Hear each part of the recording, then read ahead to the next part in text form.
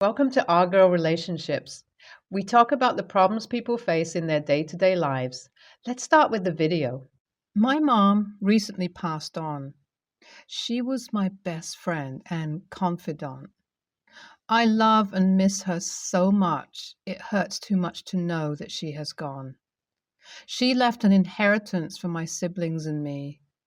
To be honest, I didn't care much for it, and I would rather she be here with me than have some property for an inheritance.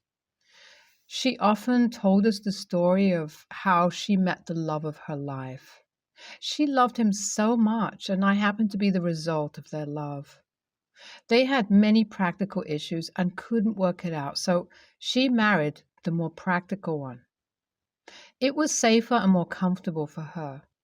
She said she needed security rather than excitement and love. It was easier to not tell him that she got pregnant, so she kept it to herself. Before she did, though, she helped me locate my father and gave me a letter for him. If this were a romance movie, they could have met up and she would have been miraculously healed. But it's sad that this is my reality. My siblings think that she always treated me differently and loved me more than them. They, finding out about my dad, gave them more reason to think that. I would admit my mom could have treated me like her favorite sometimes, but that wasn't enough reason for my siblings to hate me. I think what's happening this time is that they think I would get most of the inheritance. So they want me to be miserable and to go for it. Though I may not care much for material things, I love my mom so much and I'll keep anything to help me stay connected to her. If there is one mistake I can admit I made, it is marrying my husband. He and I were direct opposites. We didn't like the same things or have the same values. Formerly, I had thought that opposites attract, but it's not so fun now when our ideologies are very different. We can't seem to agree on any major decision, which is sloppy for a 5-year-old marriage. I wish I could experience the love that my mom and dad experienced. For once in my life, I want to let go and be loved deeply by someone. Someone who compliments me and takes care of me, not only as a sense of duty, but because they love me. I know you're thinking about that girl, you're married. I know that.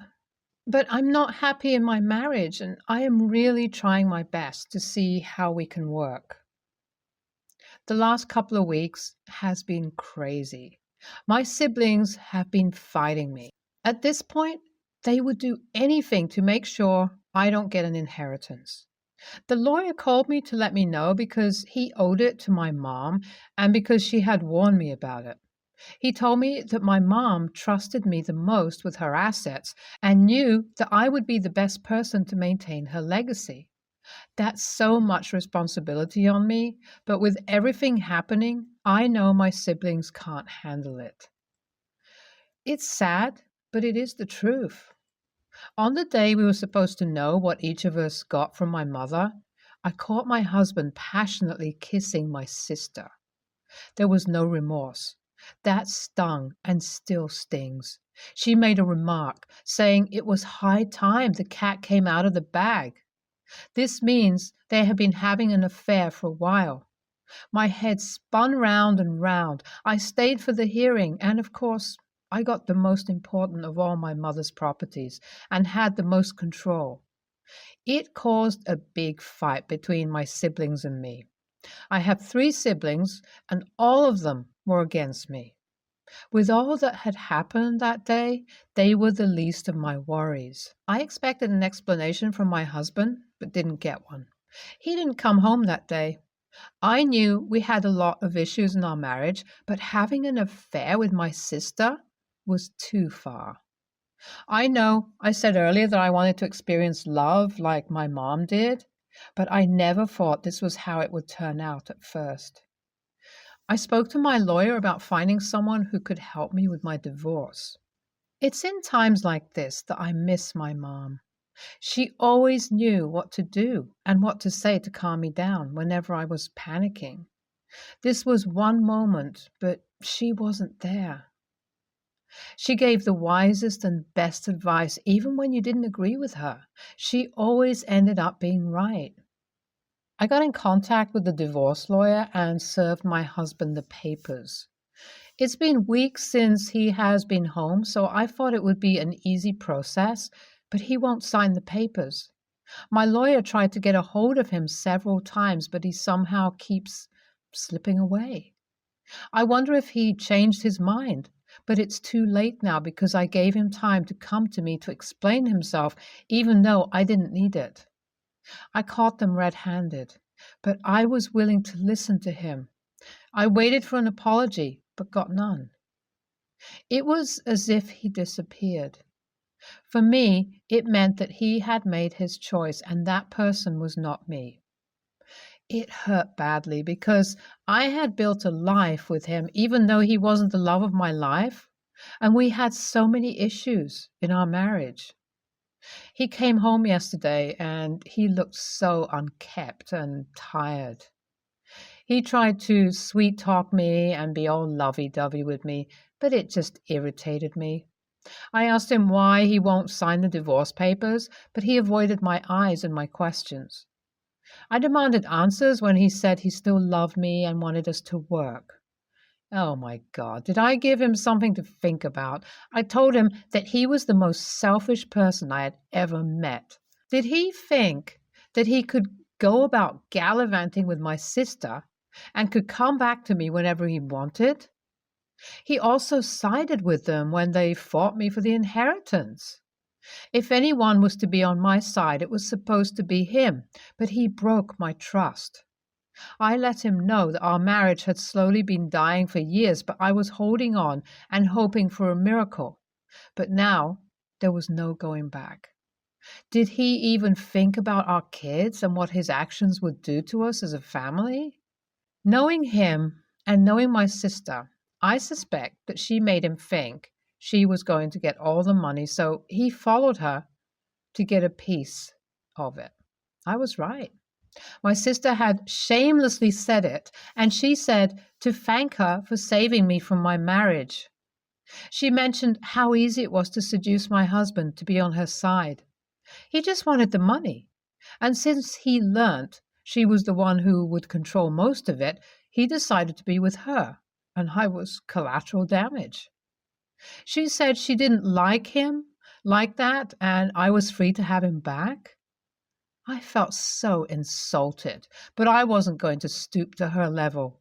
She said all of those things to get a reaction from me, and I wasn't going to let her have it. Update 3. I asked him to leave our house until we sorted everything with the divorce. I wasn't changing my mind, not after I heard the real reason he wanted to be with my sister. He was shocked when I confronted him about it. He didn't deny it, and all he could say was ask, who told me? How did I marry this man? How did I marry the wrong person for me? There were times when things were good, but it all took a downward turn a few years after our marriage. I told him that whatever hope he held on to that I would decide not to get the divorce needed to be given up. I wasn't changing my mind. He finally signed the papers, and we got divorced. My daughter asked me where her daddy was, but I was speechless. What could I possibly tell her? I decided that I was going to do what my mom wanted me to. I'll take control of her estate. I believe that it would help me find a new purpose and keep me grounded because I was shattered on the inside. My siblings were disappointed to see me take it up. They had thought since I was successful at my own business, I would let them handle it. Jokes. I wasn't going to let them destroy my mom's hard work, and since they made me feel like an outsider, I was going to make it my superpower. They don't know what's coming for them. As for my sister, she worked with my mom, which is why she probably thought she would be the one to handle it. If she didn't betray me, we would have worked something out. However, she is on a very thin thread. Any little mistake she makes and she is out of the company. She and my siblings still gang up against me, but I don't care. I'm beginning to enjoy my newfound wisdom. My grandma, who lived far away, came to try to fix us, but it didn't work. There was no fixing anything with my sisters. We were already dysfunctional, so there was no point crying over spilt milk. My mom had this allowance for all her kids, and I'm going to keep doing that just for my mom's sake. That would be the only thing that would connect me with my siblings. They were toxic people and have hurt me too many times to count, so I decided that I wanted no interactions with them. As far as I was concerned, my family was my mom, and she was gone now. NTA, your husband doesn't deserve you. It's crazy what people can do, all because of money. To think that your sister didn't even like him. That is so evil. Well, she saved you from an unhappy marriage. NTA, I can't believe your siblings. It's how people feel entitled to their parents' money that baffles me. Go and work for your own and let your children get something from you too. So I, 14, female, have lived with my brother, Max, 29, male, for 8 years. I moved in with him after my mom died. Originally, my dad, 50, male, was supposed to take me in, but he couldn't because he had a new family and didn't want me staining his perfect life. When I was 11, he reached out to me over Facebook and started forming a relationship with me. Long story short, I cut him off after I found out his reasoning. His daughter, my half-sister, Ella, 9, female, needed a kidney transplant. Apparently, I was now my father's hero and greatest treasure. I don't know the full story, but I do know that Ella did end up getting a transplant and survived. My dad reached out a few more times over the years, mainly to scold me for not trying to be in his life or accept him as my father and his wife as my mom. Anyway, about 4 months ago, I got a call from my dad's wife, Lola, telling me that my dad had passed away and how I needed to be at the funeral, which happened yesterday. I didn't go. As cruel as I may sound, I feel no love for my dad. He was never there for me and has proven over and over that he's never had a want, need, or reason to be in my life. To me, he's a sperm donor. I do feel guilty for this, as, he's my dad and I'm supposed to love him, but the truth is that I don't. So this morning, I got another call from Lola telling me I'm an awful daughter and my dad never deserved what I'd done to him. She said her and Ella would never forget this and that I'm a pathetic excuse for a daughter. She also insulted Max, calling him a bad influence, a child, and an enabler. I responded by saying that if my pathetic excuse of a father couldn't be bothered to be in my life, I would not be involved in his. I told her that my father may be physically dead now, but to me, he always has been, and she has no right to come at me for any choice I make, as she's not my mother. Then I hung up. Since then, my dad's family and Lola's have been calling and texting me about it all, and I'm so overwhelmed. Max says I did the right thing, but I don't know. I yelled at a grieving woman who just lost her husband, and I feel terrible. AITA? NTA. He donated sperm and expected you to donate your kidney. He wanted a transactional relationship, not a parent-child relationship. His wife may be grieving, but she is an adult who does not get to take out her grief on a child. Suggest to her and the flying monkeys that if they didn't like what you said on the phone, then they should be grateful you didn't attend the funeral. Imagine the scene you could have made there. LOL. I don't actually think you would have, but maybe it'll get them off your back. If not, harassment charges are always an option. I know that sounds extreme, but you are a minor. not an emotional punching bag. You deserve better. I'm sorry your father was such a disappointment, but I'm glad you have your brother. Stick with him. NTA. He only contacted you when he needed something for his other daughter, not even because he was interested in you and your life and wanted to actually be a father. You told Lola the truth. People tend to dislike the truth if it isn't in their favor. You could send out a mass text telling them that you were not present at his funeral simply because he wasn't present in your life, only when it could benefit him and his other family. Tell him what you told Lola. Tell them that if they really wanted you present at his funeral, then they should have kicked his behind years ago and told him then to be a decent father.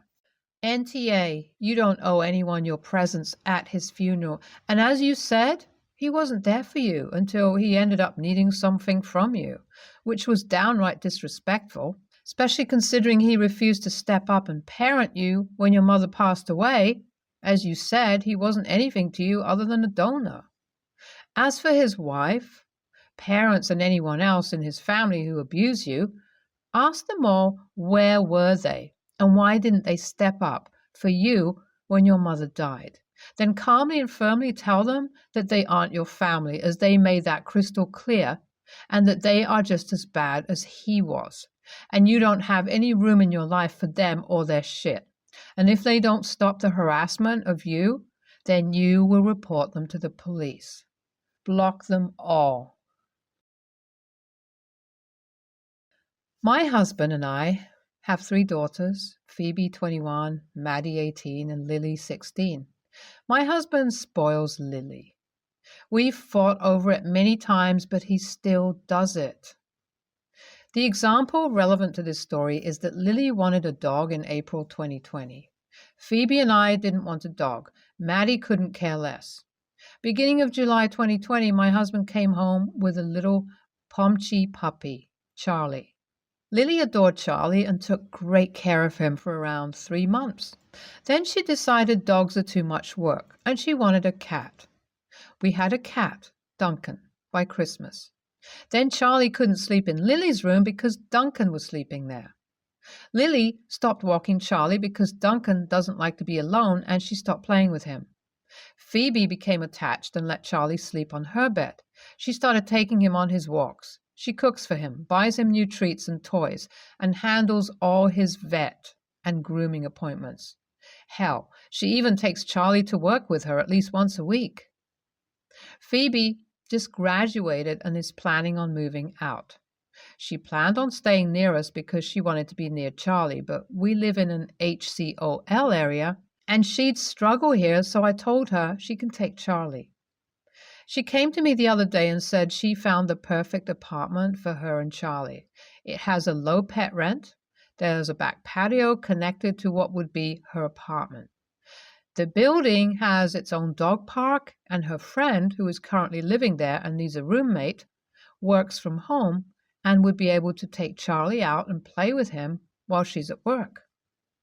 I told her it sounds great and that I'm happy for her, but Lily asked what makes her think she can take Charlie. I said I told her to take Charlie because she's the one that takes care of Charlie, and Charlie is very attached to her. Lily got mad and said I have no right to tell anyone that they can take her dog, and my husband is on her side. AITA?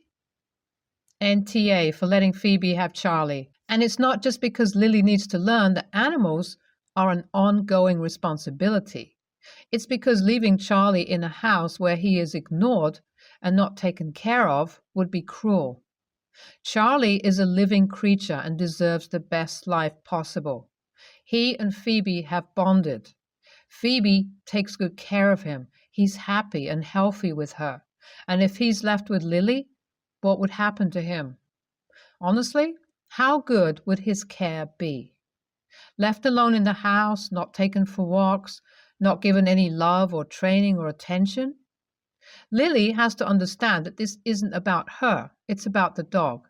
She needs a wake-up call, and hopefully this becomes one for her.